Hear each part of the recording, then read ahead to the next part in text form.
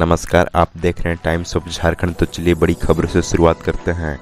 झारखंड में पंचायत चुनाव को लेकर इंतजार की घड़ी आखिरकार शनिवार को खत्म ही हो गई। राजभवन ने राज्य में पंचायत चुनाव कराने को अपनी स्वीकृति प्रदान कर दी।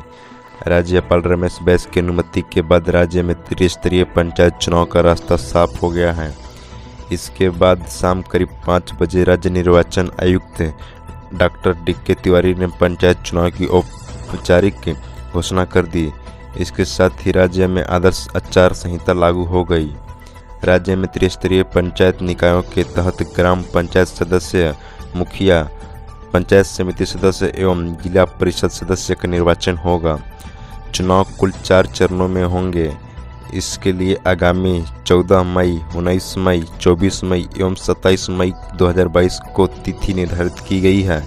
राज्य में कुल 4,345 ग्राम पंचायतों में 53,479 सदस्यों का निर्वाचन के लिए वोटिंग होगी। वहीं 4,345 मुखिया और 5,341 पंचायत समिति सदस्यों तथा जिला परिषद के 536 सदस्यों के लिए चुनाव होगा। बैलेट पेपर से चुनाव होगा। पहले चरण में 1127 ग्राम पंचायतों, दूसरे चरण में 872, तीसरे चरण में 1047 तथा चौथे चरण में 1299 ग्राम पंचायतों में चुनाव होंगे।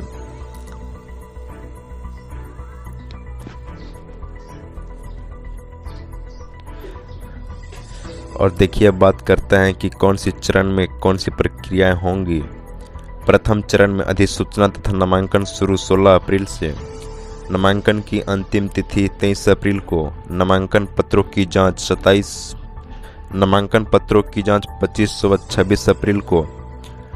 वहीं नाम वापसी 27 व 28 अप्रैल को। चुनाव चिन्ह का आवंटन 29 अप्रैल को। मतदान 14 मई को। मतगणना 17 मई को। वहीं दूसरा चरण की बात करें तो अधिसूचना तथा नामांकन शुरू 20 अप्रैल को। नामांकन की अंतिम तिथि 27 अप्रैल को। और वहीं नामांकन पत्रों की जांच 28 से 30 अप्रैल को। नाम वापसी 2 मई को। चुनाव चिन्ह का आवंटन 4 मई को। मतदान 19 मई को। मतगणना 22 मई को होगी। वहीं तीसरा चरण की अधिसूचना तथा नामांकन शुरू 25 अप्रैल को। नामांकन की अंतिम तिथि 2 मई को। नामांकन पत्रों की जांच 4 और 5 मई को। नाम वापसी 6 व 7 मई को। चुनाव चिन्ह का आवंटन 9 मई को। मतदान 24 मई को। मतगणना 31 मई को। और वहीं अब चौथा चरण के अधिसूचना एवं नामांकन शुरू 29 अप्रैल को। नामांकन की अंतिम तिथि 6 मई को। नामांकन पत्रों की जांच 7 व 9 मई को। और नाम वापसी 10 व 11 मई को होगा। वहीं चुनाव चिन्ह का आवंटन 12 मई। मतदान 27 मई। मतगणना 21 मई को होगा। 721 हैं। महिला मतदाता 95,45,702 हैं और अन्य में 81 मतदाता हैं। मतदाताओं की पहचान के लिए एक आईडी जरूरी होती है, जिसके लिए हम लोगों ने 12 प्रकार के दस्तावेज निर्धारित किए हैं। इन दस्तावेजों की सूची हम आपको इस प्रेस कॉन्फ्रेंस के पश्चात उपलब्ध कराएंगे, जो आपको दस्तावेज मिलेंगे, जिसमें कि जिसको ले जाकर वोटिंग की जा सकती है। जो हमारे मतदान केंद्र हैं उनका भी अंतिम प्रकाशन हुआ है। कुल मतदान केंद्र 53,480 हैं, 53,480, जिसमें संवेदनशील 22,961 हैं और अति संवेदनशील 17,698 हैं। अवशेष 12,821 सामान्य श्रेणी के मतदान केंद्र हैं। इन मतदान केंद्रों में हम लोगों ने आधारभूत न्यूनतम सुविधाएं उपलब्ध कराने का निर्देश दिया है। पेयजल, शौचालय, रैंप और क्लस्टर सेंटर पर प्रकाश वगैरह की व्यवस्था जिले के समाहर्ता या उपायुक्त कराएंगे।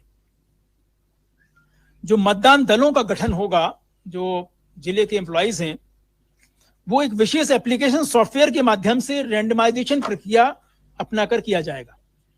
ये रैंडमाइजेशन प्रक्रिया 3 चरणों में होगी। पहले चरण में पात्र कर्मचारियों के अपेक्षाकृत व्यापक जिला डाटाबेस से न्यूनतम 120% की एक सूची का चयन किया जाएगा। फिर इस समूह को मतदान ड्यूटी के लिए ट्रेनिंग दी जाएगी। दूसरे चरण में इन ट्रेंड कर्मियों में से, प्रशिक्षित कर्मियों में से ऑब्जर्वर्स की उपस्थिति में रैंडम सिलेक्शन द्वारा वास्तविक मतदान दलों का गठन किया जाएगा। और तीसरे स्टेज में, तीसरे रैंडमाइजेशन में इन मतदान दलों के प्रस्थान के ठीक पहले रैंडम तरीके से उन्हें मतदान केंद्र आवंटित किए जाएंगे। जो चुनाव है, आपको मालूम है कि ये चुनाव जो एमएलए एमपी के चुनाव होते हैं वो ईवीएम से होते हैं, लेकिन इसमें मतपेटिकाओं का प्रयोग होता है, जिसको बैलेट बॉक्स कहते हैं, बैलेट बक्सा कहते हैं। तो इसमें 98,081 मतपेटिकाएं प्रयोग हो रही हैं जो बड़े साइज की हैं, और 39,928 मतपेटिकाएं का प्रयोग हो रहा है जो छोटी साइज की हैं। इसमें जो माननीय उच्चतम न्यायालय ने 2013 में निर्णय दिया था, उसके अनुसार शपथ पत्र भी देना पड़ता है, वो देना अनिवार्य है सभी प्रकार के निर्वाचनों में। उसमें सुघोषणा पत्र और शपथ पत्र जो रहता है उसमें जो निर्देश दिए गए हैं कि अभ्यर्थियों से अपेक्षित है कि वो सभी कॉलम को भरें। शपथ पत्र सुघोषणा पत्र में यदि कोई कॉलम खाली छोड़ा जाता है तो निर्वाची पदाधिकारी संबंधित अभ्यर्थियों को इस संबंध में एक नोटिस जारी करेंगे। ऐसे नोटिस के बाद भी यदि अभ्यर्थी सभी दृष्टिकोण से पूर्ण शपथ पत्र या सुघोषणा पत्र दाखिल करने में विफल रहता है तो स्क्रूटनी के समय, समीक्षा के समय उसके नाम निर्देशन पत्र को अस्वीकृत किया जा सकेगा।